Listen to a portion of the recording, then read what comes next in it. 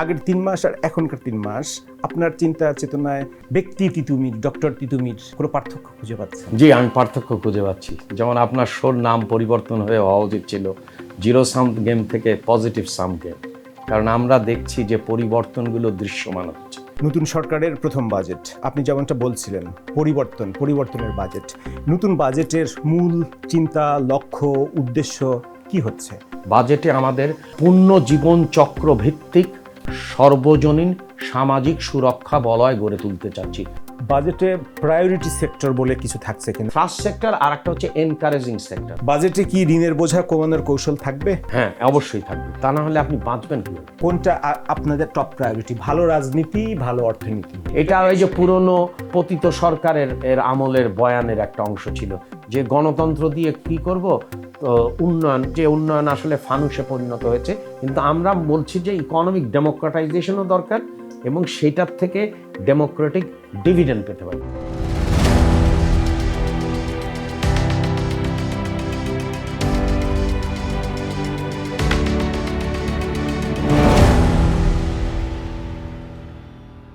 শুরু করছি TBS multimedia নিয়মিত আয়োজন জিরো সাম গেম শো।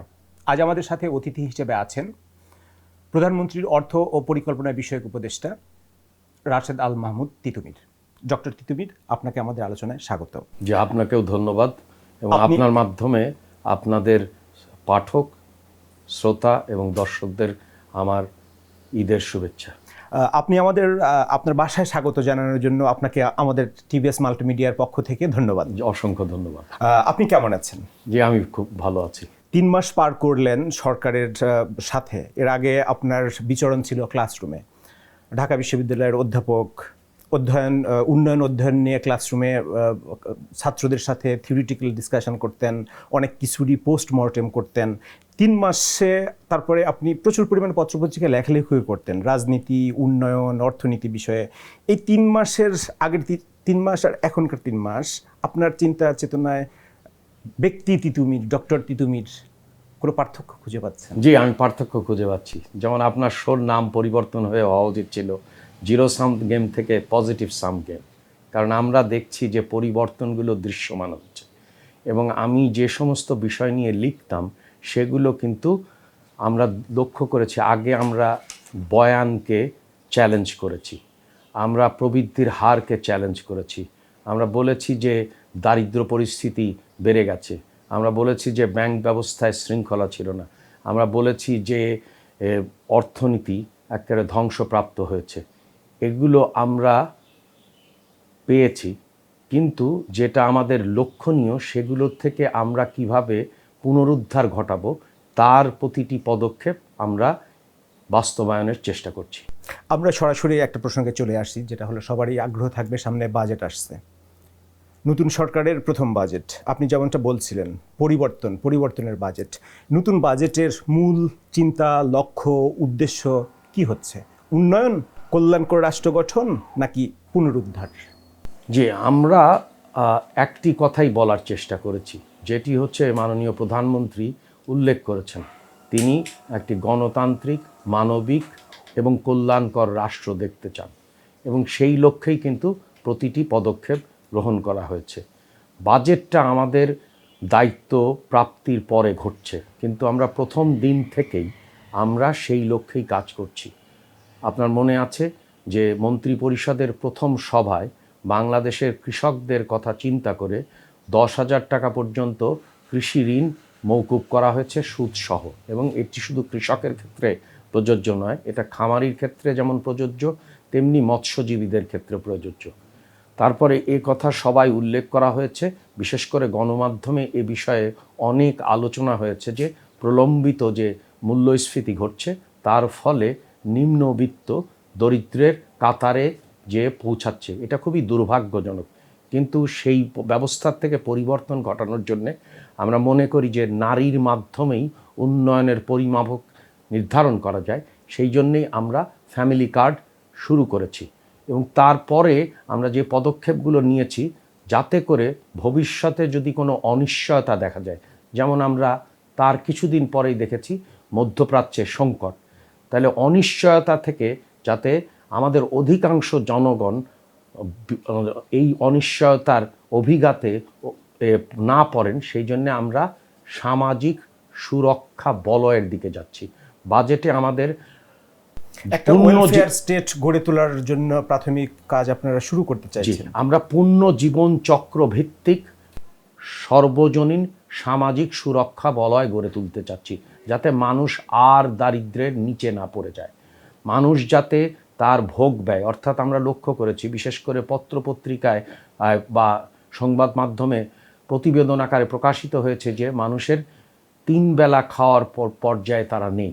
তো এই রকম পরিস্থিতির মধ্যে, এরকম অনাকাঙ্ক্ষিত পরিস্থিতির মধ্যে তাদের আর না পড়তে হয়, সেই জন্য আমরা সর্বজনীন পূর্ণ জীবন চক্রভিত্তিক সামাজিক সুরক্ষা বলয় গড়ে তুলতে চাচ্ছি। From the cradle to grave. জি, মানে বাংলায় বললে প্রসূতি মায়ের থেকে, তারপরে শিশু জন্মগ্রহণ করবে, তারপরে শিশু স্কুলে যাবে, কিশোরের অবস্থায় তার কি দরকার, যুবক অবস্থায় কি দরকার, বয়স্ক মানুষের দেখে কি দরকার, এবং আমরা সমাজে যে কথা বারবার উল্লেখ করি না, অর্থাৎ প্রতিবন্ধী মানুষদের কি করতে হবে, বিধবাদের জন্য কি করতে হবে, অর্থাৎ পূর্ণ জীবন চক্র ভিত্তিক সর্বজনীন সামাজিক সুরক্ষা আমরা গড়ে তোলার প্রয়াস নিয়েছি। আপনি যেমনটা বলছিলেন, আপনার কথাই মাধ্যমেই প্রকাশিত হয়েছে, যেমন আপনাদের প্ল্যান আছে, অনেক বড় প্ল্যান আছে, পরিকল্পনা আছে, সেই অনুযায়ী প্ল্যানও করেছেন, আমরা সেটা আসবো। চ্যালেঞ্জও তো আছে সামনে প্রচুর, সামনে প্রচুর আছে। যে বাজেটটা দেয়া হচ্ছে 9,30,000 কোটি টাকার বাজেট, সেখানে আপনার রেভিনিউ গ্রোথ দেখানো হচ্ছে, বলা হচ্ছে 42%, যেটা বাংলাদেশের ইতিহাসে অকল্পনীয়। রাষ্ট্রের সেই সক্ষমতা আছে কিনা, যেটা হলো আপনাদের এই স্বপ্ন বাস্তবায়নের জন্য? জি, আমাদের আসলে স্বপ্ন জনগণের স্বপ্ন। কারণ হচ্ছে যে আমরা ইশতেহারে বিষয়গুলো উল্লেখ করেছিলাম এবং জনগণ আস্থায় নিয়েছেন যে আমাদের প্রতিশ্রুতিগুলো বাস্তবমুখী। অন্যান্য যে প্রতিশ্রুতিগুলো ইশতেহারে অন্যান্য রাজনৈতিক দল উল্লেখ করেছিল, সেগুলো বাস্তবমুখী নয়। এবং আমাদের চ্যালেঞ্জও বিষয়, কারণ পতিত সরকার অর্থনীতিতে যে পরিস্থিতির মধ্যে রেখে গেছে, সমাজকে যে পরিস্থিতির মধ্যে রেখে গেছে, রাষ্ট্র ব্যবস্থাকে যে পরিস্থিতির মধ্যে রেখে গেছে, তার থেকে একটা বড় রকমের উল্লম্ফন ঘটা দরকার। এখন সবাই উল্লেখ করেন যে স্বাস্থ্য খাতে যে ব্যয় বরাদ্দ আছে, তারা বরাদ্দ ব্যয় করতে পারে, কিন্তু আমরা লক্ষ্য করি অন্যদিকে যে নিজের পকেট থেকে তাকে যে ব্যয় করতে হয়, সেটা তো হচ্ছে যে বিশাল পরিমাণ, 72 থেকে 79% নিজের। এটা তো চলতে পারে না। স্বাস্থ্য শিক্ষা ব্যবস্থায় আপনি যদি খেয়াল করেন, যে পরিমাণে মোট দেশজ উৎপাদনের ব্যয়, সেটা হচ্ছে 1% সাথে 1.5 বা 6%, সেটা তো কোনো কাঙ্ক্ষিত হতে পারে না। স্বাস্থ্যে আরো কম 0.75%। শিক্ষা স্বাস্থ্যে আপনারা যে আরো বেশি বরাদ্দ দিতে চাচ্ছেন, বলা হচ্ছে শিক্ষা খাতে জিডিপি 5%, স্বাস্থ্য খাতে জিডিপি 5%, এত অর্থ আসবে কোত্থেকে? যে আস্তে আস্তে ধারাবাহিকভাবে অর্থ আসে দুভাবে, এবং সেটা সবাই জানে, এটা নতুন কিছু না। একটা হচ্ছে যে অর্থনীতি যদি সচল হয়, অর্থনীতিতে যদি গতি প্রবাহ হয়, সেখান থেকে কর আসতে পারে, অর্থাৎ করের হার না বাড়িয়েও। এবং একই সঙ্গে যদি, যেটা বড় সমস্যা বাংলাদেশের রাজস্ব ব্যবস্থায়, সেটি হচ্ছে যে কর পরিহার, কর ফাঁকি এবং কর না দেওয়ার প্রবণতা। তা আমরা দুটো বিষয়ে খুব গুরুত্ব দিচ্ছি, যাতে করে রাজস্ব ব্যবস্থায় একটা বড় রকমের উল্লম্ফন ঘটে। কিন্তু ইকোনমি যদি স্লো থাকে, তাহলে রাজস্ব ব্যবস্থায় উল্লম্ফন পসিবল কিনা? ইকোনমি তো এখনও স্লো, বিনিয়োগ পরিবেশ আপনি দেখছেন, বিনিয়োগের অবস্থা এখনও যতটুকু এক্সপেক্ট করা হয়েছিল সেরকম উল্লম্ফন বা বড় একটা ঝাঁকি আসেনি। প্রাইভেট সেক্টর ক্রেডিট গ্রোথ যদি সর্বশেষ দেখেন, তাহলে সেটা 5-এর নিচে চলে গেছে। এখন এটা বলা হচ্ছে সর্বনিম্ন পর্যায়ে। আমরা সব কিছুরই সর্বনিম্ন পর্যায়ে পেয়েছি, যেটাকে বলা যায় যে হচ্ছে যে লো লেভেল ইকুইলিব্রিয়াম ট্র্যাপ। অর্থাৎ হচ্ছে যে আপনি রাজস্ব যে মোট দেশজ উৎপাদন তথা জিডিপির তুলনায় চিন্তা করেন 6.6%, এটা তো দক্ষিণ এশিয়া না, সারা পৃথিবীর নিচে। তো এটা তো কাঙ্ক্ষিত হতে পারে না। অর্থাৎ একদিকে যেমন পৃষ্ঠপোষকতার সংস্কৃতি জারি রাখা হয়েছিল, অর্থাৎ কর থেকে অব্যাহতি দেওয়া হচ্ছিল, এবং যাতে করে তাদের নির্দিষ্ট যারা গোষ্ঠী, এই গোষ্ঠীগুলোকে সহায়তা দেওয়া হচ্ছিল, সেই কারণে আপনার তলানিতে চলে গেছে রাজস্ব আয়। অন্যদিকে বাজেট ব্যবস্থা থেকে এমন সব প্রকল্পগুলো নেওয়া হচ্ছিল যার মাধ্যমে পৃষ্ঠপোষকতার সংস্কৃতি জারি থাকে। একই কায়দায় টেন্ডার প্রক্রিয়ায়, একই কায়দায় ছিল আমদানি পর্যায়ে, এমনভাবে গোষ্ঠীতন্ত্র জাকিয়ে বসছিল, যার কারণে মূল্যস্ফীতি এই পর্যায়ে আছে। অর্থাৎ হচ্ছে যে লো লেভেল ইকুইলিব্রিয়াম ট্র্যাপ একদিকে, আমরা পেয়েছি। আর অন্যদিকে সবচেয়ে বড় অসুবিধার দিক সেটা হচ্ছে যে পৃষ্ঠপোষকতার সংস্কৃতি, স্বজন তোষণের সংস্কৃতি, এর কারণে অর্থনীতির কোনো অবস্থায় কিন্তু ঠিক ছিল না। বিনিয়োগ, যেটা আপনি বললেন, ব্যক্তি খাতে বিনিয়োগ স্থবির হয়েছিল প্রথম দিকে, তারপরে নিচে নেমে গেছে। অর্থনৈতিক সুমারি যদি খেয়াল করেন, তথ্য নিয়ে অবশ্যই প্রশ্ন আছে, পরিসংখ্যান নিয়ে। তারপরে যদি লক্ষ্য করা যায় তাহলে দেখা যাবে হচ্ছে যে কারখানা বন্ধ হয়েছে, নারী শ্রমিক কমেছে, অনানুষ্ঠানিক খাতে যদি কিছু শ্রম নিয়োজন হয়েছে, কিন্তু সেগুলো তো এমন মজুরি দেয় না যে মজুরির মাধ্যমে 3 বেলা ঠিকমতো খাওয়া যায়। তো এইরকম একটা পরিস্থিতি, চ্যালেঞ্জ। আমরা মনে করি অতীতের ইতিহাস যদি আমরা খেয়াল করি তাহলে আমাদের পক্ষে সেটা সম্ভব। আমি জাস্ট একটু সময় নেব আপনাকে এটা ব্যাখ্যা করার জন্য। 1970 সালের পরে আমরা যুদ্ধবিধ্বস্ত একটা অর্থনীতি পেয়েছিলাম, আমরা একই সঙ্গে দারিদ্র্যপীড়িত একটা অর্থনীতি পেয়েছিলাম, তার সাথে যোগ হয়েছিল মধ্যপ্রাচ্য উদ্ভূত যে তৈল সংকট। কিন্তু দেখেন, প্রেসিডেন্ট জিয়াউর রহমান তিনি দেখেছেন যে সংকটে কেউ না কেউ লাভবান হয় এবং মধ্যপ্রাচ্যে উদ্বৃত্ত পুঁজি গঠিত হচ্ছিল, আর আমাদের উদ্বৃত্ত শ্রমিক অর্থাৎ অনেক মানুষ। তখন তিনি নিজ উদ্যোগ নিয়ে মধ্যপ্রাচ্যে গেছেন, সফর করেছেন, এবং তার মাধ্যমে আজকে যে অর্থনীতির যে শ্বাস নিতে পেরেছে, বিশেষ করে অন্তর্বর্তীকালীন সরকার, সেটা তো অভিবাসী আয়ের। এবং এখন দেখেন পুরো এই পথে অভিবাসী আয় কিন্তু বাড়ছে, অর্থাৎ হচ্ছে যে আমাদের রিজার্ভ নিয়ে কিন্তু সমস্যা ঘটেনি। তার মানে হচ্ছে যে আমাদের অতীতের ইতিহাস বলে যে যে কোনো সংকট থেকে মোকাবেলা করতে পারি, এবং সেই জন্যই কিন্তু জনগণ এইভাবে ভোটাধিকার প্রয়োগ করেছে। তা আমরা যে কাজগুলো নিচ্ছি, আমি আরও বিস্তারিত বলবো যে কিভাবে জ্বালানি পরিস্থিতি বিনিয়োগ করতে গেলে কি হয়। আগে কি আমরা লক্ষ্য করেছি যে অর্থপ্রাপ্তি ঘটেছে, অর্থাৎ একটা ফাইন্যান্স ফ্লো থাকতে হবে ব্যাংকিং সিস্টেম থেকে বিনিয়োগ করতে গেলে। দ্বিতীয় লাগবে হচ্ছে যে ন্যূনতম ব্যয়ে জ্বালানি, এগুলোর কোনোটাই তো ছিল না। এখনো পত্রপত্রিকায় খবর আসছে, আমাদের কাগজেই 2-3 দিন আগে খবর এসেছে 35,000 কোটি টাকার বিনিয়োগ রেডি, প্রতিষ্ঠান রেডি, বাট কানেকশন পাচ্ছে না, ইউটিলিটি কানেকশন পাচ্ছে না, তারা ফাংশনে যেতে পারছে না। সেই জন্য আমরা এইটা যদি লোকালি যদি এরকম অবস্থা হয় তাহলে ফরেন ইনভেস্টরদের কাছে কি সিগন্যাল যাচ্ছে? সবাই জানে যে দেশি বিনিয়োগ যখন শুরু হবে তারপরে কিন্তু বিদেশি বিনিয়োগ আসবে, এটাই তো বাস্তবতা। তো দেশীয় বিনিয়োগের ক্ষেত্রে আমরা কি চেষ্টা করছি? আমরা চেষ্টা করছি যে জ্বালানির ক্ষেত্রে অন্তত ন্যূনতম 5টা বিষয়ে সমাধান করতে। প্রথম হচ্ছে যে জ্বালানির মধ্যে মিক্স আনতে হবে, অর্থাৎ হচ্ছে যে শুধুমাত্র জীবাশ্ম জ্বালানির মধ্যে থাকলে চলবে না, নবায়নযোগ্য জ্বালানি বা আণবিক জ্বালানির ব্যবস্থা করতে হবে। আমরা কিন্তু ইতিমধ্যেই সে বিষয়ে ব্যবস্থা গ্রহণ করেছি। দ্বিতীয়ত হচ্ছে জ্বালানি যদি দাম বেড়ে যায় এবং দামের সাথে আয়ের যদি সমন্বয় না থাকে এবং কলকারখানায় জ্বালানি প্রাপ্তি না ঘটে, অর্থাৎ অ্যাফোর্ডেবিলিটি, সেইটার জন্যই কিন্তু আমরা জ্বালানির সমন্বয় করছি। এটা হচ্ছে দ্বিতীয়। তৃতীয় যেটি হয়নি এবং যেটা নিয়ে প্রচুর গণমাধ্যমে লেখা হয়েছে, সেটি হচ্ছে যে আমাদের পুরো জ্বালানি ব্যবস্থাকে আমদানি নির্ভর করা হয়েছে। আমরা আমদানি নির্ভর থেকে গ্যাসের অবস্থা আপনারা জানেন যে কোনো রকম গ্যাস উত্তোলনের ব্যবস্থা নেওয়া হয়নি। আমরা ইতিমধ্যেই টেন্ডার শুরু, সেটাও তো কয়েক বছর সময় লাগবে। হ্যাঁ, তার মধ্যে আমরা আসছি। তাহলে চতুর্থ কি করতে হবে, যে আমাকে এমন একটা ব্যবস্থা নিতে হবে যাতে জ্বালানি ক্ষেত্রে প্রেডিক্টেবিলিটি থাকে। এখন ইস্টার্ন রিফাইনারি করতেও সময় লাগবে, কারণ পরিশোধনের ব্যবস্থা নেই। তা আমরা চিন্তা করছি যে জ্বালানির ক্ষেত্রে ভিএলসিজি, অর্থাৎ হচ্ছে যে বড় আকারের জাহাজ যদি আনা যায় তাহলে সেইটার মাধ্যমে আপনার অন্তত এই যে ইমার্জেন্সিতে আপনি নিশ্চয়তা দেবেন।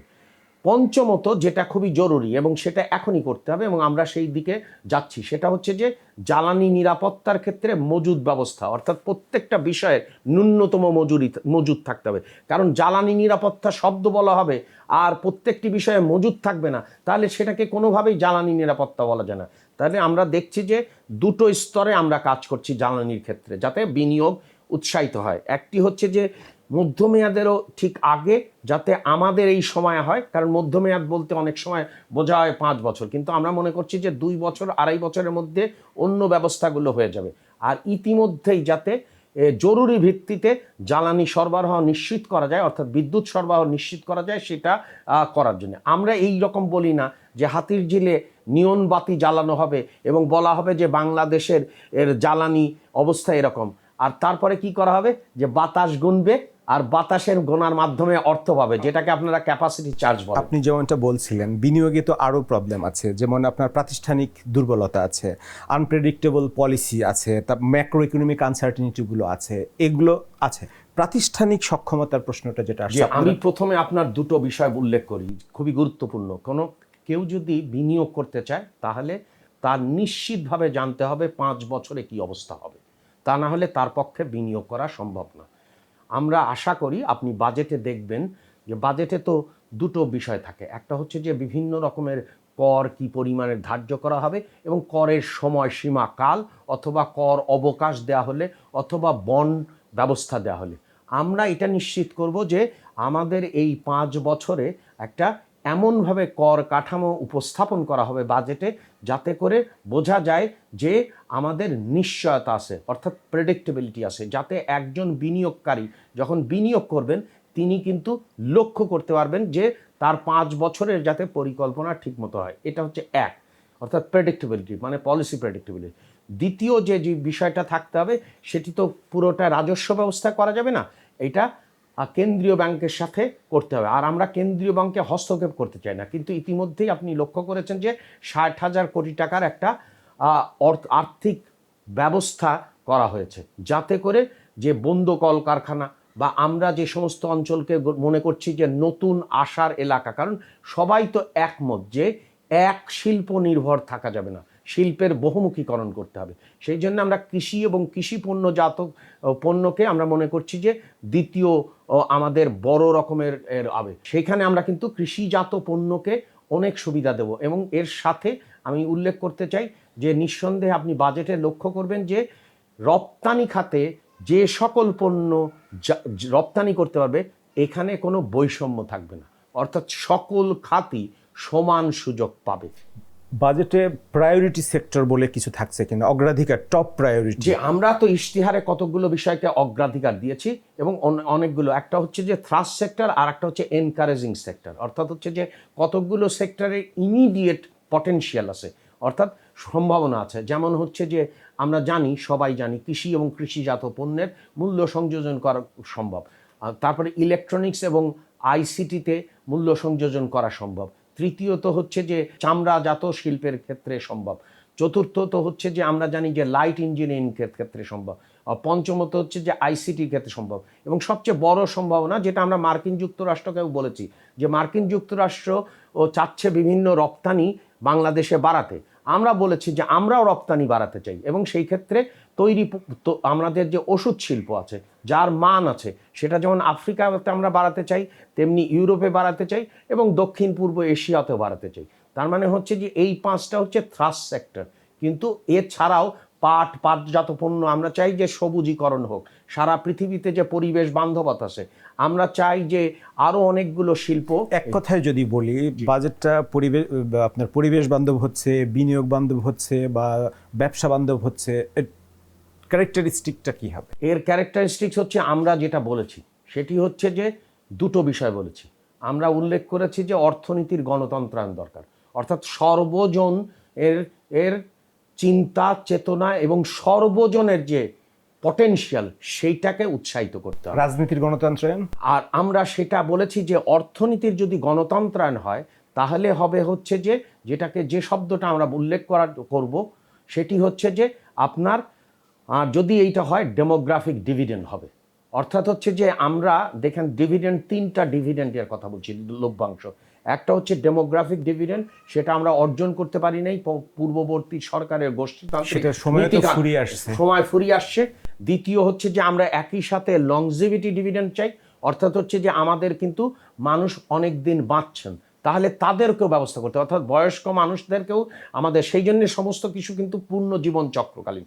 আর এই দুটা কাজ করলে আমরা পাবো হচ্ছে যে ডেমোক্রেটিক ডিভিডেন্ড, অর্থাৎ হচ্ছে যে গণতন্ত্র থাকলেই কিন্তু সর্বজনের আপনার অর্থনীতি গড়ে ওঠে। তা আমরা আসলে মনে করি যে ডেমোক্রেটিক ডিভিডেন্ড হচ্ছে অর্থনীতিকে অন্য পর্যায়ে নিয়ে যাবে। এইটা যে কোনো দেশের অর্থনীতির থেকে ইউনিক হবে, কারণ আমাদেরকে অনেক সময় আপনারা উল্লেখ করেন, ভিয়েতনামের কথা বলেন, তার রাষ্ট্র ব্যবস্থা আর আমার রাষ্ট্র ব্যবস্থা এক না। সেই জন্য আমাদেরকে নিজস্ব অর্থনৈতিক কৌশল, সেই জন্য আমরা পুরোটাকে বলছি যে ডেমোক্রেটিক ডিভিডেন্ড। আর আবার আপনি দক্ষিণ পূর্ব এশিয়ারও কিন্তু গণতন্ত্রের হাল হকিকত ভিন্ন রকমের, আবার পশ্চিমের গণতন্ত্রের হাল হকিকত ভিন্ন রকমের। তো আমরা মনে করছি যে বাংলাদেশের যে ডেমোক্রেটিক ডিভিডেন্ড সেইটাই কিন্তু আমাদের মূল অর্থনৈতিক দর্শন, যেটা আমাদের মাননীয় প্রধানমন্ত্রী পুরো এখানে বাংলাদেশে আসার পরেই বলেছেন যে আই হ্যাভ এ প্ল্যান। তাহলে প্ল্যানের যে দার্শনিক একটা ভিত্তি আছে, আদর্শিক একটা ভিত্তি আছে, সেই আদর্শিক ভিত্তি হচ্ছে, আপনি যদি ভিশন আকারে বলেন তাহলে বলতে হয় হচ্ছে যে গণতান্ত্রিক মানবিক কল্যাণ রাষ্ট্র। আবার অন্যদিকে যদি আপনি এই মডেলকে বলতে চান তাহলে এটা হচ্ছে একটা ডেমোক্রেটিক ডিভিডেন্ড দেবে। আপনাদের প্ল্যান পরিকল্পনা অনেক বড়, স্বপ্ন অনেক বড়, প্রতিষ্ঠানগুলো যদি ঠিক না হয় তাহলে সেক্ষেত্রে এই প্ল্যান ওয়ার্ক করবে কিনা? আপনি যেমনটা বলছিলেন যে একটা স্বৈরতন্ত্র বলি, চোরতন্ত্র বলি, সেটার পতন হয়েছে, প্রায় 2 বছর সময় হয়ে গেছে। অনেকে বলে থাকেন যে চোরতন্ত্রের যেটা গ্রো করেছিল, চোরতন্ত্রের হার্ডওয়্যার সফটওয়্যার এখনও বিদ্যমান আছে, কাঙ্ক্ষিত পর্যায়ে সংস্কার এখনও হয়নি। সংস্কারের অনীহার কারণ দেখিয়ে ফিস গত সপ্তাহে আমাদের রেটিং অবনমন করেছে। সংস্কারের কোন পথে হাঁটছি আমরা? এনবিআর সংস্কার হয়েছিল, সেটা আবার আনডান করা হয়েছে। জুডিশিয়ারিতে আপনার সেপারেট সেক্রেটারিয়েট করার অর্ডিন্যান্স করা হয়েছিল, সেটাও আনডান করা হয়েছে। জি, তাহলে প্রতিষ্ঠানগুলো কি এই 2 বছরে ঠিক হয়ে গেছে? আমরা যে বড় একটা উল্লম্ফনের আশা করছি, আমরা বলছি যে যেটা বলার চেষ্টা করছি, আমরা কোনো মোটেই বড়টা কিছু বলছি না। আমাদের যে আমরা পৃথিবীর জনসংখ্যার কায়দায় 8ম দেশ, আমরা অর্থনীতির আকারে হচ্ছে 34তম। তাহলে এই দুইটার সাথে কিন্তু কোনো নির্দেশকের কিন্তু সাযুজ্য নাই।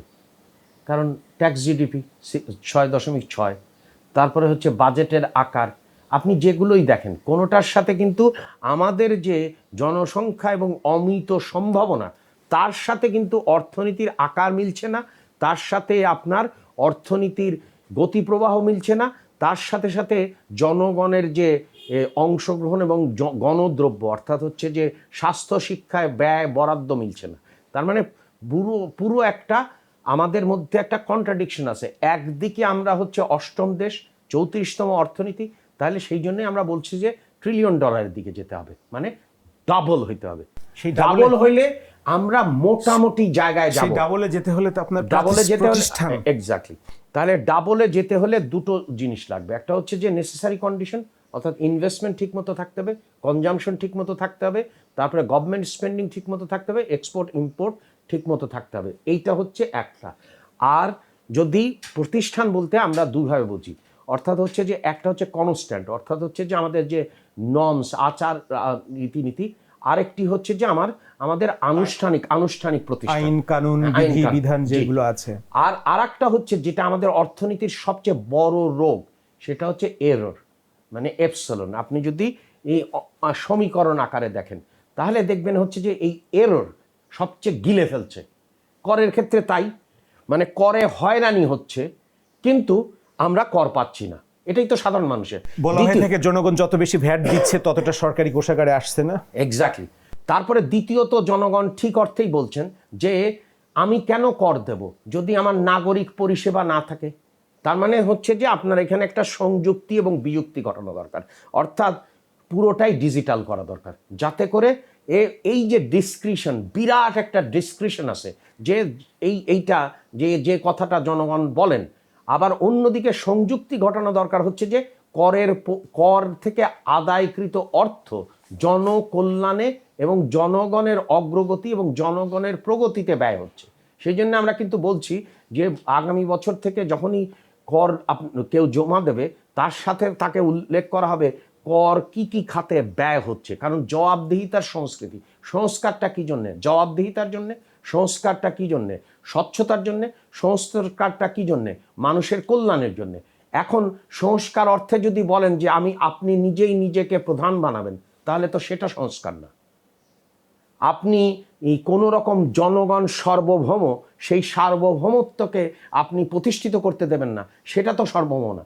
নির্বাহী বিভাগকে নির্বাহী বিভাগের মতো কাজ করতে হবে, বিচার বিভাগকে বিচার বিভাগের মতো কাজ করতে হবে, সংসদকে সংসদের মতো কাজ করতে হবে, সেটাই তো সংস্কার। সেভাবে তো কাজ করেনি আগে, কেন? যদি যে করছে সেটার কি, সেইটার বড় প্রমাণ হচ্ছে যে আমরা যে গতানুগতিক কায়দায় কিন্তু 5 ইয়ার প্ল্যান করছি না, আমরা বলছি এটাকে 5 ইয়ার স্ট্র্যাটেজিক ফ্রেমওয়ার্ক ফর রিফর্ম শব্দটা আগে, তারপরে অ্যান্ড ডেভেলপমেন্ট। দেখেন, তাহলে যে সংস্কার ধারণ করে তাকে আপনি অপতথ্য, ভুল তথ্য, মিথ্যা তথ্য দিয়ে অনেক জর্জরিত করতে পারেন, কিন্তু সেটা তো জনগণ মানেনি বলেই আমাদেরকে এইভাবে ভোটাধিকারের মাধ্যমে রাষ্ট্রীয় দায়িত্ব আপনি যেমনটা বলছিলেন, এসবের কি প্রতিফলন আগামী বাজেটে থাকছে? যে আমাদের প্রতিটি বিষয়ে আমরা তো প্রথম দিন থেকেই কাজ করছি এবং সেগুলোর প্রতিটায় প্রতিফলন ঘটছে। এবং সবচেয়ে বিষয় যেটা সবাই জনগণেরকে, বিশেষ করে সংবাদ মাধ্যমকে আমাদের ধন্যবাদ দেওয়ার দরকার, কারণ হচ্ছে যে তারা কিন্তু আমরা যে চ্যালেঞ্জের মধ্যে দিয়ে যাচ্ছি সেগুলো উল্লেখ করছেন, এবং আমরা যে আমাদের সামষ্টিক অর্থনীতিতে আস্তে আস্তে যে স্থিতিশীলতার দিকে যাচ্ছে সেগুলোও কিন্তু তারা উল্লেখ করছেন। যেমন হচ্ছে যে আমাদের কিন্তু কারেন্সি রেট এখন স্ট্যাবিলাইজ করছে, তাই না, স্থিতিশীল। আর বাকিগুলো তো না, বাকিগুলো করছে। তারপরে হচ্ছে যে আপনার ব্যাংকগুলোতে অনেকগুলো এক্সেস লিকুইডিটি আছে, অনেকগুলো লিকুইডিটি নেই, যার ফলে বেসরকারি খাতকে আপনার বিনিয়োগে উৎসাহিত, সেই জন্যই 60,000 কোটি টাকা। তারপরে তৃতীয় যদি খেয়াল করেন তাহলে হচ্ছে যে রপ্তানি করতে গেলে আপনাকে তো উৎসাহিত করতে হবে, নীতিগত সহায়তা দিতে হবে। সেটা তো আমরা এসআরও সংস্কৃতি থেকে বেরিয়ে আসছি। সেই জন্য আমরা ইচ্ছা করলে এটা সরকার দায়িত্ব পাওয়ার পরেই আমরা এই এসআরও বা স্ট্যাটিউটরি রেভিনিউ অর্ডার দিয়ে আমরা এগুলোকে সুবিধা দিতে পারতাম, কিন্তু আমরা মনে করি যে সংস্কারটা হচ্ছে জনগণের সার্বভৌম অধিকার, অর্থাৎ রাষ্ট্রের কর ব্যবস্থা কি হবে সেটা তো দায়িত্ব হচ্ছে জনগণের, এবং জনগণ সংসদকে সে দায়িত্ব দিয়েছে। সেই কারণেই কিন্তু আমরা কর যখন ঘোষণা হবে তখন কিন্তু লক্ষ্য করা যাবে যে রপ্তানি ক্ষেত্রে কি ধরনের সুবিধা দিয়ে দেওয়া। আপনি 1 ট্রিলিয়ন ইকোনমির কথা বলছিলেন, আগামী 5 বছর আপনারা 5 বছর মেয়াদি যে এটা কৌশলপত্র করেছেন। $1 ট্রিলিয়ন ইকোনমি মানে হলো 5 বছরের পরে আমাদের ইকোনমি অলমোস্ট সাইজে ডাবল হয়ে যাবে। না, 2034 সালে 2034 সালে ডাবল হয়ে যাবে, 6 বছর বা 7 বছর। তো এর মধ্যে কি মানুষের আয়ও ডাবল হবে? জাপানে যেমন 60s-এ আপনার ইনকাম ডাবল করার একটা পরিকল্পনা গ্রহণ করেছিল, ওই সময় কিন্তু অনেকেই বলেছিল যেটা হলো দিস ইজ অ্যাবসার্ড বা ইম্পসিবল। তারা 6 বছরে কাজটা করেছে। তো আমরা কি মানুষের আয়ও, প্রকৃত আয়ও ডাবল হবে নাকি জাস্ট এই গড় আয় ডাবল হবে? জি, আপনি একেবারে খুব গুরুত্বপূর্ণ প্রশ্ন করেছেন। মানে আমাদের যে শুভঙ্করী যে ফাঁকিগুলো, অর্থাৎ তথ্য পরিসংখ্যান ব্যবস্থায় আছে, আমি খুব কুইক বলি যে আমরা এখন কিন্তু বিবিএস এর সমস্ত তথ্য প্রকাশ করে দেবো, যে কোনো দিনে আমরা এটা ঘোষণা দেব। ঘোষণা দিয়ে এটা কিন্তু আমরা তৈরি করেছি যাতে করে মানুষ তথ্যের অধিকার নিশ্চিত হয়, কারণ তথ্য না থাকলে তো আপনি সমালোচনা করবেন কিভাবে। আমরা তো মনে করি আমাদের এর জবাবদিহিতার জন্য প্রচুর সমালোচনা হওয়া দরকার। তো এইটা হচ্ছে তথ্যগত বিষয়। আর দ্বিতীয় হচ্ছে যে আমাদের আকাঙ্ক্ষা এবং আকাঙ্ক্ষার বাস্তবায়ন, অর্থাৎ $1 ট্রিলিয়ন অর্থনীতিতে যাওয়া। সেই ক্ষেত্রে আপনারা খেয়াল করেন যে অর্থনীতি $1 ট্রিলিয়ন যাবে, ইতিহাসটা কি? ইতিহাসটা হচ্ছে যে আপনাকে বিনিয়োগ বাড়াতে হবে। সেই জন্য আমরা মডেল বলছি যে আমাদের বিনিয়োগ থেকে উৎপাদন থেকে হচ্ছে কর্মসংস্থান, এবং কর্মসংস্থান ঘটলেই কিন্তু কর বেড়ে যাবে, করের হার না বাড়িয়েও। এইটাই হচ্ছে মডেল। তাহলে বিনিয়োগ করতে গেলে আমাদের যে কোনো 3টি বিষয় জরুরি দরকার। প্রথম বিষয় দরকার হচ্ছে পলিসি সাপোর্ট এবং পলিসি প্রেডিক্টেবিলিটি। তা না হলে কোনো বিনিয়োগকারী ব্যক্তি খাতের বিনিয়োগ করবেন না, সেটা আমরা নিশ্চিত করব বাজেটের। তার সাথে একই অংশে বিনিয়োগকারীর দরকার হচ্ছে বিনিয়ন্ত্রীকরণ, অর্থাৎ ডিরেগুলেশন। কারণ এত জায়গায় অনুমতি নিয়ে তিনি তো হাঁপিয়ে পড়বেন, তিনি কিভাবে বিনিয়োগ? লাল ফিতার দৌরাত্ম্য কমাবেন, করাপশন। হ্যাঁ, তারপরে এইটা হচ্ছে প্রথম বিষয়। দ্বিতীয় বিষয়, আপনাকে দেখতে হবে যে বিনিয়োগ করতে গেলে তার অর্থাগাম আসতে হবে, মানে অর্থের উৎস থাকতে হবে। এটা দুটো পর্যায়ে হবে। একটা ইমিডিয়েট, আমরা যেমন 60,000 কোটি টাকা বলেছি, আর একটি ইমিডিয়েট হবে না কিন্তু মিডিয়াম টার্মের আগে হবে, সেটি হচ্ছে পুঁজিবাজারের সংস্কার। কারণ পুঁজিবাজার থেকে যদি অর্থ না নেওয়া হয়, অর্থাৎ হচ্ছে যে আপনি আমানত নিচ্ছেন হচ্ছে স্বল্প মেয়াদে আর ঋণ দিচ্ছে ব্যাংক ব্যবস্থা দীর্ঘমেয়াদে, তাহলে তো সুযোগ থেকে যাই হচ্ছে যে খেলাপি ঋণের। এটাতে একটা কাঠামোগত পরিবর্তন ঘটাতে হবে। এটা হচ্ছে দ্বিতীয়।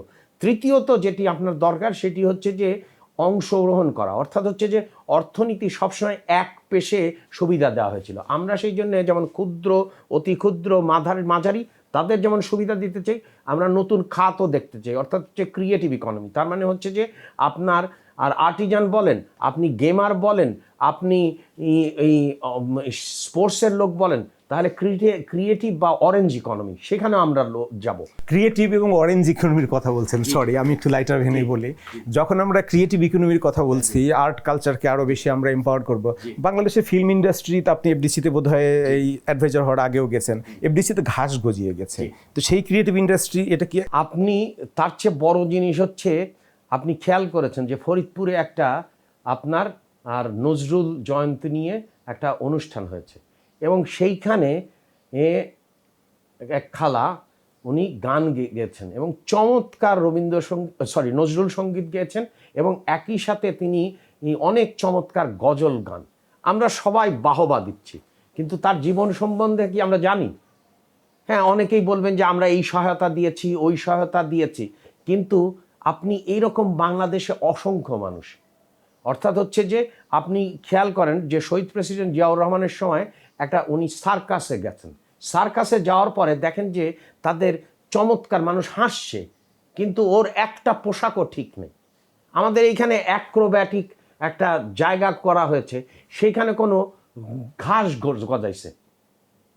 তার মানে হচ্ছে কি, আপনার ধারণা করা হয়েছিল যে বিল্ডিং করলেই, অবকাঠামো করলেই সংস্কৃতি বলেন সব জায়গায়, যেটাকে বলা হতো, আপনিও বোধহয় আগে বলেছেন, যেটা হলো দুর্নীতিমূলক উন্নয়ন মডেল। জি, দুর্নীতিপরায়ণ উন্নয়ন মডেলের কি পরিবর্তন এসেছে, নাকি এখনো ওই সিস্টেম যেটা বলছিলাম হার্ডওয়্যার সফটওয়্যার এখনো এক্সিস্ট করে? আমি কিছুদিন আগে একটা জেলা শহরে গেছি, সেইখানে এত চমৎকার চমৎকার বিল্ডিং, সেখানে ঢাকার পরে ডেন্টাল কলেজ হয়েছে, সেখানে আপনার পল্লী উন্নয়ন একাডেমি হয়েছে, সেখানে আপনার হচ্ছে ট্রমা সেন্টার হয়েছে, সেখানে আপনার মেডিকেল কলেজ হয়েছে, সেখানে আপনার ডেন্টাল কলেজ হয়েছে, কিন্তু মানুষ নেই। উন্নয়নকে ভিজিবল করা হয়েছে, কোয়ালিটির দিকে নজর দেওয়া এটা ভিজিবল না, এটা হচ্ছে যে পৃষ্ঠপোষকতা দেওয়া হয়েছে। পৃষ্ঠপোষকতা দিতে হলে তো একটা মাধ্যম দরকার হয়, সেই জন্যে কতগুলো অবকাঠামো তৈরি করা হয়েছে অতি দামে এবং অসম্ভব সময় নিয়ে। দেখেন, আমরা 1300 প্রকল্প পেয়েছি বার্ষিক উন্নয়ন কর্মসূচি গ্রহণের আগে। 1300 প্রকল্প বাংলাদেশে কিভাবে আপনার জাস্টিফাই করা যায়, এবং সেখানে আপনার এই প্রকল্পগুলো হচ্ছে বারবার সময় বাড়ানো হয়েছে, দাম তো ইউরোপের চেয়েও বেশি, আমেরিকার চেয়েও বেশি। তো এইভাবে তো চলতে পারে না। তাহলে আমরা যেটা বলার চেষ্টা করছি যে আমাদের আকাঙ্ক্ষাটা ধারণ করতে হবে, অর্থাৎ স্বাস্থ্যক্ষেত্রে, শিক্ষাক্ষেত্রে ক্রমাগত হারে যে একসময় 5% যেতে হবে এই 5 বছরের মধ্যে। একই সঙ্গে আমাকে যেটা করতে হবে এবং যেটা আমরা করার পথে আছি, সেটি হচ্ছে যে বিনিয়োগ বাড়াতে হবে, এবং বিনিয়োগ বাড়ানোর জন্যে যতগুলো সরকারের দায়িত্ব, অর্থাৎ নীতি কাঠামো সহায়তা, রপ্তানি করলে রপ্তানিগত সহায়তা, ডিজাইনের সহায়তা, সকল সহায়তা দেওয়া হচ্ছে।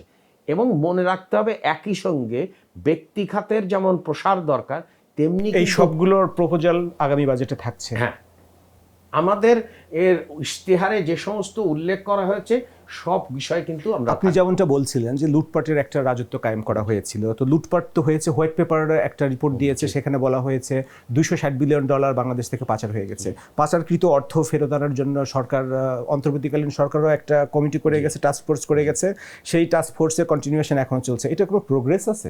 অন্তর্বর্তীকালীন সরকার একটা জনতুষ্টিবাদী কায়দায় গেছেন, আর আমরা জনপ্রিয় কায়দায় যেতে চাই।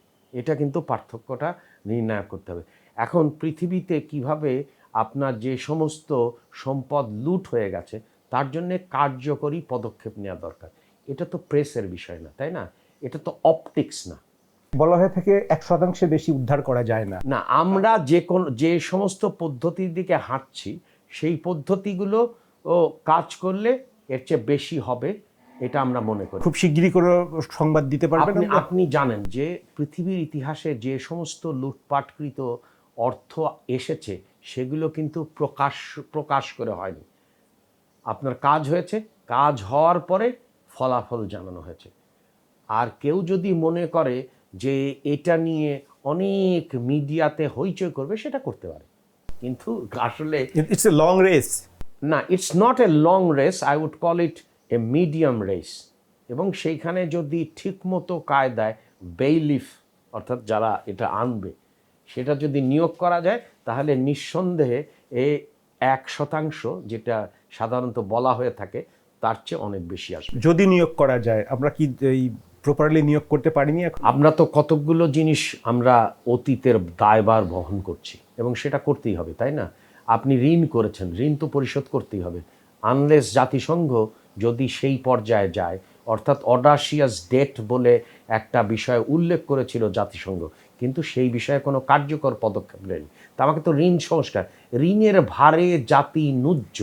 আপনি চিন্তা করেন, কোন দেশ পাবেন যার অপারেশনাল এক্সপেন্ডিচারের এই পরিমাণ অংশ ঋণ দিতে হয়, তাহলে সে শিক্ষা খাতে কি ব্যয় করবে, স্বাস্থ্য খাতে ব্যয় করবে। সেই জন্য আমাদের আকারটা বাড়ানো হচ্ছে, এবং আকারটা বাড়ানোর জন্য আকার বাড়ানোর জন্যই না, এটা করা হচ্ছে যাতে করে আমরা যে তলানিতে আছি সেই তলানি থেকে, অর্থাৎ হচ্ছে যে বাংলাদেশের যে জিরো সাম গেম লক্ষ্য করা গেছিল, সেইখান থেকে পজিটিভ সাম গেমে আপনারা নন জিরো সাম গেমের দিকে যেতে চাচ্ছেন। আপনি যেমনটা বলছিলেন আকার বড় করা হচ্ছে, রেভিনিউ গ্রোথ আগেও আমি আপনাকে বলেছিলাম, যেটা হলো বলা হচ্ছে নতুন অর্থ বছরে যে গ্রোথ টার্গেট করা হয়েছে সেখানে হচ্ছে 42% গ্রোথ লাগবে।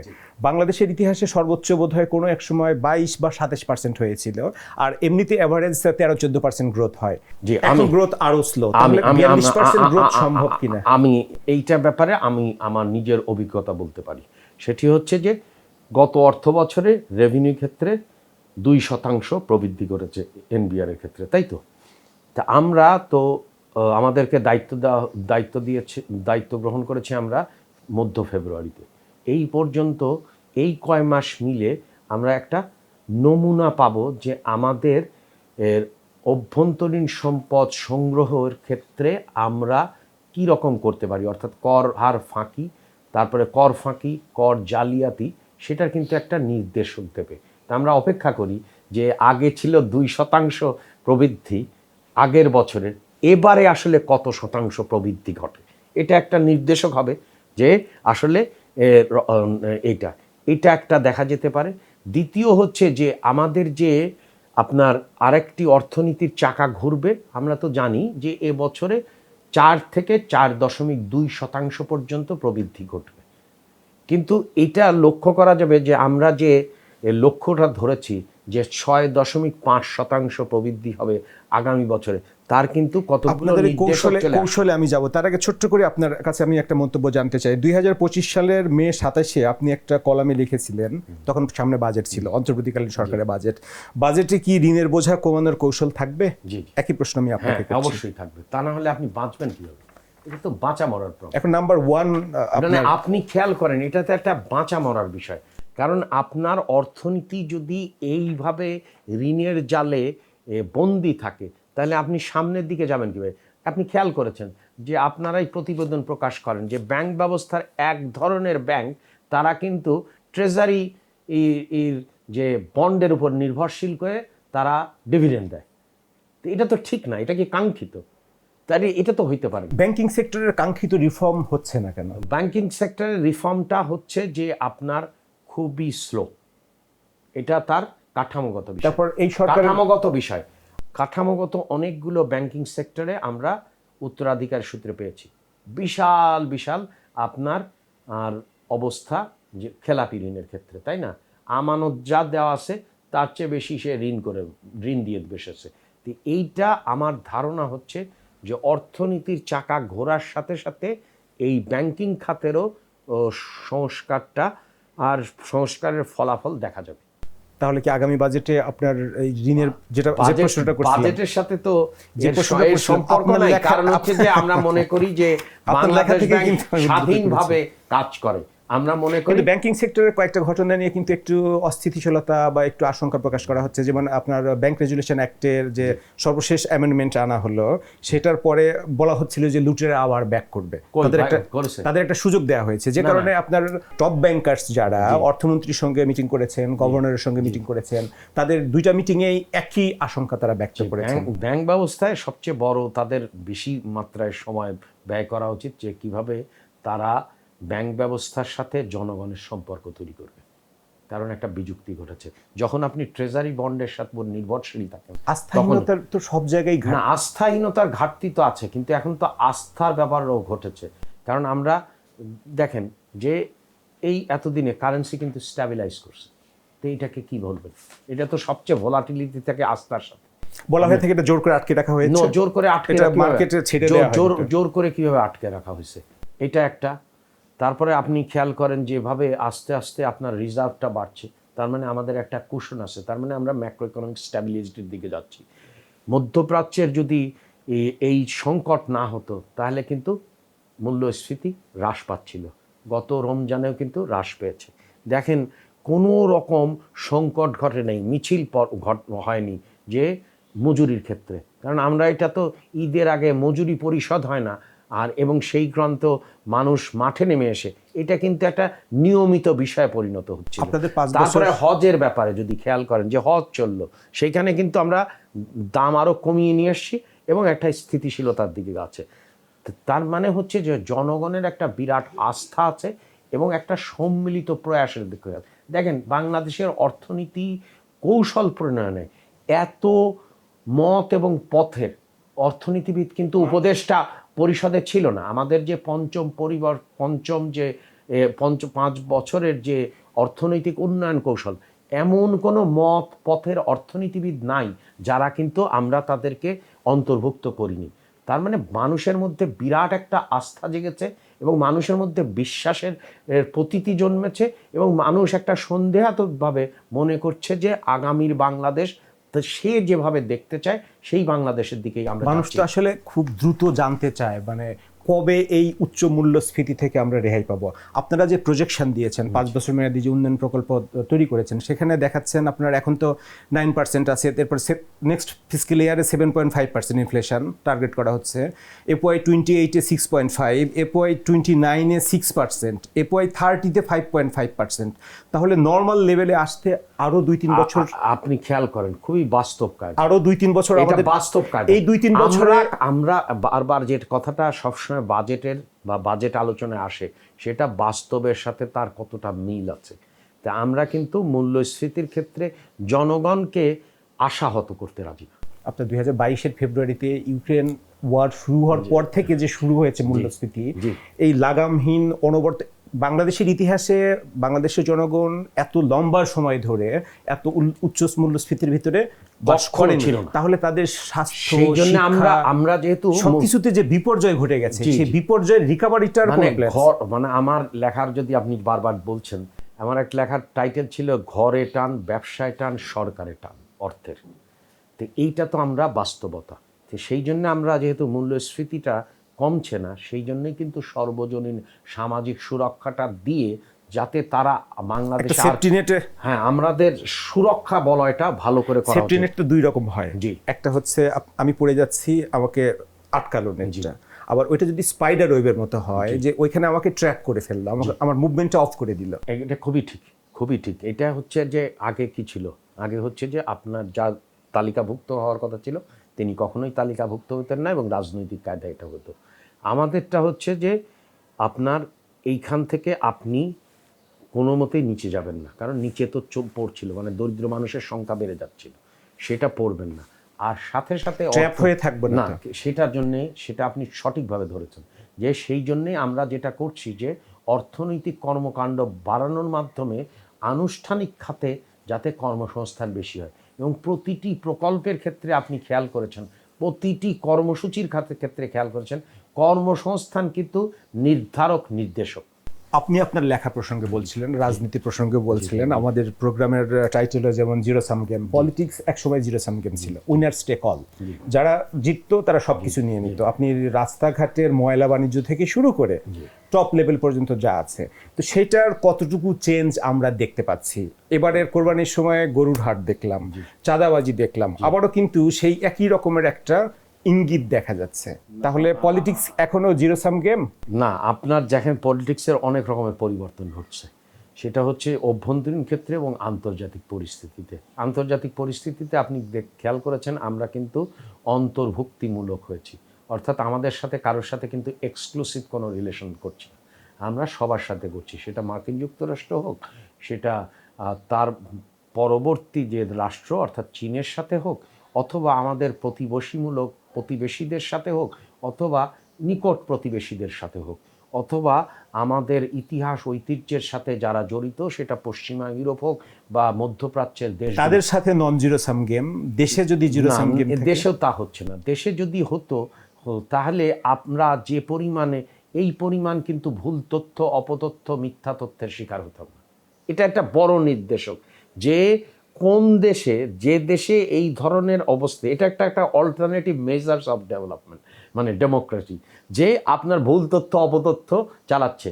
অর্থাৎ হচ্ছে যে এটা দুটো দেয়, একদিকে হচ্ছে ভঙ্গুর প্রতিষ্ঠানের নির্দেশ দেয়, অর্থাৎ হচ্ছে যে যারা মেইন স্ট্রিম মিডিয়া, তার আপনার তার যে অবস্থান সেটা সে নিশ্চিত করতে পারছে না, যার ফলে অল্টারনেটিভের দিকে যাচ্ছে। আবার অন্যদিকে দেখায় যে মানুষ যা ইচ্ছা মনে করছে তা।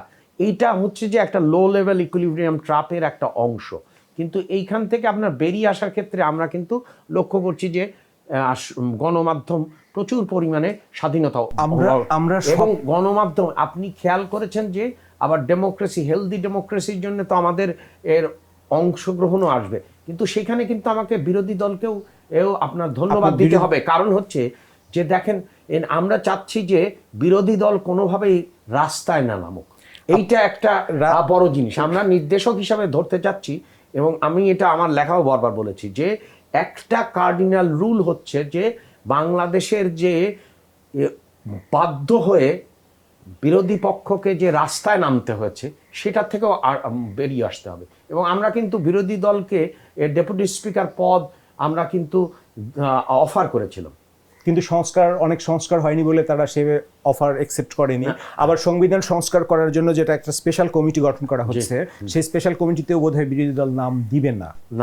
সেটা তো তাহলে আপনাদের তাদের রাজনৈতিক সিদ্ধান্তের বিষয়। কিন্তু আমরা যেটা বারবার উল্লেখ করেছি এবং ইশতেহারে পরিষ্কার করে দিয়েছি যে জুলাই সনদে আমরা যে সমস্ত বিষয়গুলোতে একমত হয়েছি সেই বিষয়গুলো কিন্তু আমরা উত্থাপন করেছি এবং সেগুলো কিন্তু আমরা প্রতিটি বিষয় বাস্তবায়নে প্রতিজ্ঞাবদ্ধ। আপনার জাস্ট অ্যাডভাইজার হিসেবে দায়িত্ব নেয়ার 2-3 দিন আগে 15ই ফেব্রুয়ারি আপনি একটা লেখা লিখেছিলেন, বিভাজনের রাজনীতি কাটিয়ে ঐক্য ও পুনর্গঠনের ডাক। কতটা ঐক্যর পথে বাংলাদেশ? আমরা তো এই যে চেষ্টা করছি, আপনাকে সে উদাহরণ দিলাম যে আমাদের মাননীয় প্রধানমন্ত্রী, একটা বড় দল কিন্তু এখনো তার কার্যক্রম নিষিদ্ধ আছে। ইউরোপে অনেক দল নিষিদ্ধ আছে, মার্কিন যুক্তরাষ্ট্র এরকম অনেক দল নিষিদ্ধ ছিল। কিন্তু আমরা যেটা করছি না, মার্কিন যুক্তরাষ্ট্রে আপনার মনে আছে একটা হান্ট হইতো, আমরা কিন্তু সেটা দেখতে যাচ্ছি না 60-এর দশকে। তা আমরা হচ্ছে যে এক্সাম্পলগুলো 60 বছর আগে চলে গেল, 60 বছর আগে যায়নি আমরা। কিন্তু আপনি খেয়াল করেন পার্শ্ববর্তী দেশগুলোতে অনেক দল নিষিদ্ধ আছে, সেখানে হচ্ছে যে আপনার সেটা ট্রায়ালের মাধ্যমে নিষিদ্ধ হতে পারে, কিন্তু আমাদের তো এমনি অর্ডারের দিয়ে তারা অনেক সময় অন্যান্য অনেক দেশে এইগুলো হচ্ছে, কিন্তু সেটা তো উদাহরণ হতে পারে না। আমরা যেটা বলছি বারবার একটা বিষয় বলছি যে আমরা ডেমোক্রেটিক ডিভিডেন্ড দিতে চাই, অর্থাৎ অর্থনৈতিক কৌশলে ইকোনমিক ডেমোক্রেটাইজেশনের মাধ্যমে ডেমোক্রেটিক ডিভিডেন্ড দিতে চাই, অর্থাৎ জনগণ। কারণ এই যে উদাহরণগুলো হয়, কোনো উদাহরণই সেই জন্য আমি বলি না, কিন্তু পার্শ্ববর্তী দেশে যা কাজ করে আমাদের দেশে সাউথ আফ্রিকার, যেমন ভিয়েতনামের উদাহরণ দেওয়া হয়, আমরা সাউথ আফ্রিকার উদাহরণ দিতে পারি না? নেলসন ম্যান্ডেলা যে কাজটা করেছিলেন, সাউথ আফ্রিকা কিন্তু ইকোনমিক রিগ্রেশন করছে। আমি কয়েকদিন আগে লন্ডনে একটা সেমিনার থেকে আসলাম, সেখানে সাউথ আফ্রিকার ফাইন্যান্স মিনিস্টার ছিল। তো সেইখানে কিন্তু আপনি দেখেন আর্জেন্টিনা বা ব্রাজিল দেখেন, ওইখানে কিন্তু অর্থনীতি রিগ্রেস করে। আমাদের কিন্তু সেই সম্ভাবনা আমরা, সাউথ আফ্রিকায় করাপশন সাউথ আফ্রিকাকে খেয়ে ফেলেছে নেলসন ম্যান্ডেলা চলে যাওয়ার পর। করাপশন সেটা তো আমরা লক্ষ্য করেছি যে স্বাধীনতা বিএনপির আরেকটা বিএনপির যে 30 দফা আছে, সেখানে রেইনবো নেশনের কথা বলা হচ্ছে। রেইনবো নেশন গঠন করতে আপনি খেয়াল করেন যে আমাদের যে ধর্মীয় সম্প্রীতি, আমাদের এর ইশতেহারের 5ম অধ্যায় হচ্ছে সংহতি, এবং সেইখানে আমরা ধর্ম, গণমাধ্যম, তারপরে হচ্ছে যে ক্রীড়া এবং সংস্কৃতির মাধ্যমে সংহতি গড়ে তুলতে চাই। এবং খেয়াল করেন যে আমরা যখন ইমাম মুয়াজ্জিমরে দিলেই হতো, তা কিন্তু আমরা করিনি। আমরা সেবায়েত এবং পুরোহিতের কাছে গেছি, আমরা বৌদ্ধ ধর্মের অধ্যক্ষ এবং উপাধ্যক্ষের কাছে গেছি, খ্রিস্টান ধর্মের সবার নিয়ম নাই গ্রহণ করার, যাদের গ্রহণ করার নিয়ম আছে তাদেরকেও কিন্তু আমরা যাব, এবং তাদেরকে এই বিষয়টাকে বলছি কিন্তু ভাতা না, সম্মানই দিচ্ছি। তার মানে হচ্ছে যে আমরা অনেকভাবে মনে করি সংহতি দরকার, এবং আমরা আপনি খেয়াল করেন কৃষক কার্ড উদ্বোধন হয়েছে কার মাজার জিয়ারতের মাধ্যমে? মৌলানা আব্দুল হামিদ খান ভাসানীর। তার মানে হচ্ছে যে আমরা এক কেন্দ্রিকতায় বিশ্বাস করি না, যার কারণে ইতিহাস ঐতিহ্য যেমন ধারণ করি, সেই জন্য পয়লা বৈশাখকে বেছে নেওয়া হয়েছে। এবং পয়লা বৈশাখ যেমন আমাদের, তেমনি আবার আন্তর্জাতিক গান্ধারায় আছে, ভারতের দক্ষিণে আছে, এই ক্যাম্বোডিয়া আছে, লাওতে আছে, ভিয়েতনাম কি বলে মিয়ানমারে আছে, থাইল্যান্ডে আছে। যেমন চৈত্র সংক্রান্তি আমরা বলি, ওরা বলে সংক্রান্ত, যে পানি উৎসব। তার মানে আমরা কিন্তু সব জায়গায় সংহতির চেষ্টা করছি। একদিকে মৌলানা আব্দুল হামিদ খান ভাসানী, অন্যদিকে পয়লা বৈশাখ, আবার সেটা আন্তর্জাতিক এবং কৃষকের মর্যাদা দেওয়া, এবং সেটা আনুষ্ঠানিক খাতে, অনানুষ্ঠানিক। আমরা রাজনীতি নিয়ে কথা বলছিলাম, আবারও আমি আপনার আরেকটা পুরনো লেখার রেফারেন্সে ফিরে যেতে চাই। ইলেকশনের আগের বোধহয় লেখাটা ছিল 12ই জানুয়ারি, একটি দায়িত্বশীল বিরোধী দলের খোঁজে। বিরোধী দল কতটা দায়িত্বশীল আচরণ করছে এখন? জি, আমরা বারবার মনে করছি যে এটা বাংলাদেশের জনগণ দেখতে চায়, এবং তার আশা আকাঙ্ক্ষার বিষয় হচ্ছে যে তিনটা।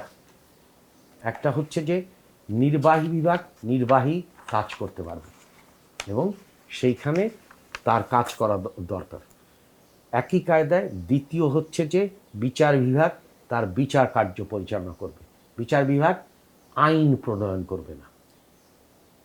তৃতীয় হচ্ছে যে সংসদ কার্যকরী হবে তখনই যখন বিরোধী দল রাস্তায় না নিয়ে তার কমিটি প্রসেসে কাজ করবে।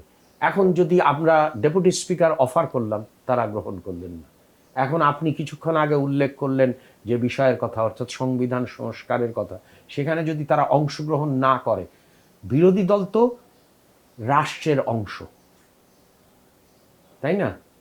রাষ্ট্রের যেমন হচ্ছে যে সরকারি দল আছে, তেমনি বিরোধী দল আছে। সংসদকে বলা হয় দুই চাকার বাইসাইকেল। যদি আপনার অপোজিশন না থাকে তাহলে এক চাকার সাইকেল হয়ে যায়, এবং সেটা তখন সার্কাসে দেখা যায়। কোনোদিনও সেটা তখন সার্কাসে দেখা যায়। কারণ হচ্ছে এই বিষয়টা নিঃসন্দেহে আমাদের জ্ঞানী গুণী বিরোধী দল কোনটা আপনাদের টপ প্রায়োরিটি? ভালো রাজনীতি, ভালো অর্থনীতি, কোনটাকে প্রায়োরিটি বেশি? এটা তো একটা ফলস ডাইকটমি, তাই না? এটা অনেক দুটাকে একসাথেই, পুরনো পতিত সরকারের এর আমলের বয়ানের একটা অংশ ছিল যে গণতন্ত্র দিয়ে কি করব, উন্নয়ন, যে উন্নয়ন আসলে ফানুসে পরিণত হয়েছে সেটা তো আমরা লক্ষ্য করছি, যে অর্থনীতি পেয়েছি। তো এইটা হচ্ছে তাদের বিষয়, কিন্তু আমরা বলছি যে ইকোনমিক ডেমোক্রেটাইজেশনও দরকার, এবং সেটার থেকে এটা হইতে পারে যদি তার থেকে আমরা ডেমোক্রেটিক ডিভিডেন্ড পেতে পারি। অর্থাৎ হচ্ছে যে গণতান্ত্রিক, আমাদের মানুষ হচ্ছে অধিকার সচেতন, আমাদের মানুষ হচ্ছে মুক্তিযুদ্ধ করেছে, আমাদের মানুষের গৌরব আছে যে মুক্তিযুদ্ধ আছে, এবং সেই মুক্তিযুদ্ধের মৌল যে এই স্পিরিট, অর্থাৎ সমতা, মানবিক মর্যাদা এবং সামাজিক সুবিচার, এটা আমরা প্রতি ক্ষণে প্রতি মুহূর্তে আমরা উল্লেখ করি যে মুক্তিযুদ্ধ হচ্ছে যে আমাদের এগিয়ে নিয়ে যাওয়ার পাথেও, এবং সেখানে কিন্তু আমরা থাকতে চাই, এবং তার আলোকেই কিন্তু অন্যান্য গণ আন্দোলনকে দেখি।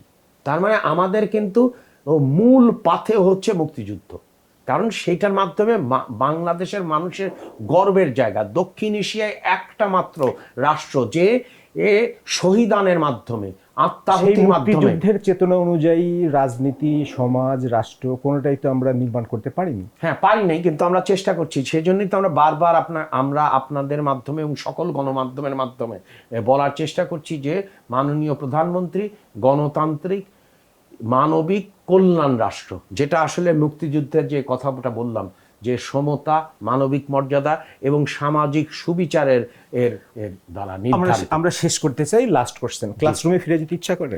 জি, সবসময় যাই, মানে এখন তো আরো বেশি যাই, কারণ আপনার খেয়াল করেছেন যে আমি 28টা জেলা আর সাথে গেছি, এবং উত্তরাঞ্চলের প্রত্যেকটা, মানে আমার কাছে মনে হয় যে আমি যেটা মিন করেছি যে না সবচেয়ে বড় ক্লাসরুম হচ্ছে কিন্তু জনগণ, এবং তাদের সাথে আমি ইন্টারাকশন করেছি এ পর্যন্ত 28টা। এই সময় আমার আকাঙ্ক্ষা হচ্ছে যে এই বছরের মধ্যে আমি বাংলাদেশের প্রতিটি জেলায় তাদের কাছ থেকে কি শিখছি, অনেক কিছু শেখা যায়। যেমন হচ্ছে যে আপনি কোন জায়গায় কোন ফসল ফলাবেন, যেমন উদাহরণ দিই, বরেন্দ্র এলাকায় বিশ্বব্যাংক বলেছিল যে এইখান থেকে চাষ করা যাবে না। ওইখানকার কৃষি কর্মকর্তা তিনি দেখিয়েছেন যে বরেন্দ্র এলাকাকেও আপনার কৃষি উপযোগী করা যায়, এবং কৃষির মাধ্যমে উদ্বৃত্ত তৈরি করা যায়। আজকে আপনার উত্তরাঞ্চলে 4টি ক্ষেত্রে উদ্বৃত্ত হচ্ছে, তাহলে জনগণ নিজস্ব কায়দায় বের করেছে। ঠিক একই কায়দায় যদি আপনি যান, হাওর বাওরের এই যে ব্যবস্থাপনা হয়নি কেন? কারণ হচ্ছে যে আপনার রাস্তা এমন হতে হবে যাতে পানি যেতে পারে, আবার অন্য সময় যখন পানি যাবে না, তার মানে জল নিমগ্ন ব্যাপারটা থাকতে হবে। ঠিক একই কায়দায় পলিল ব্যবস্থা, মানে পলল আপনি ব্যবস্থা করবেন কীভাবে, এবং মাছ কোথায় যাবে, কোন জায়গায় যাবে, কেন পরিযায়ী পাখি নেই হাওর বাওর অঞ্চলে, কেন বন্যা হয়েছে। তার মানে হচ্ছে যে আপনাকে আমাদের যে বিজ্ঞান ভিত্তিক জ্ঞান যেমন দরকার, তার সাথে লোকজ জ্ঞান, অর্থাৎ হচ্ছে যে বিশ্ববিদ্যালয়ে আপনি এক ধরনের সার্টিফিকেট পান, থিওরি পড়াচ্ছি, আপনি সার্টিফিকেট পান, আর অন্যদিকে হচ্ছে জনগণের কাছ থেকে শুনলে আপনি আসলে প্রজ্ঞা অর্জন করেন, উইজডম।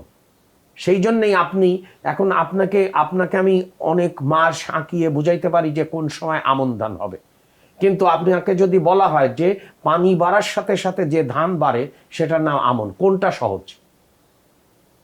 তার মানে হচ্ছে যে আপনি প্রতি মুহূর্তে যদি জনগণের সাথে থাকেন, তাহলে আপনি ঋদ্ধি অনেক বাড়বে। কিন্তু আমার তো সীমিত ক্ষমতা, সেই জন্য আমি কতটুকু পেয়েছি সেটা আমি বলতে পারবো না। ডক্টর রাশেদ আল মাহমুদ তিতুমির, আমাদের আলোচনায় অংশ নেওয়ার জন্য আপনাকে ধন্যবাদ। আপনি ভালো থাকবেন। আশা করি আপনার সাথে আমরা আরও কথা বলবো। আজ আমরা অনেক বিষয়েরই ইনডেপথ যেতে পারিনি, আমরা পার্টিকুলার বিষয়গুলো নিয়ে আপনার সাথে বাজেটের পরে আবার আলোচনা করব, যদি আপনি আমাদেরকে সময় দেন। জি, অবশ্যই আমরা মনে করি যে জবাবদিহিতা খুবই জরুরি বিষয়। ধন্যবাদ। জি, ধন্যবাদ।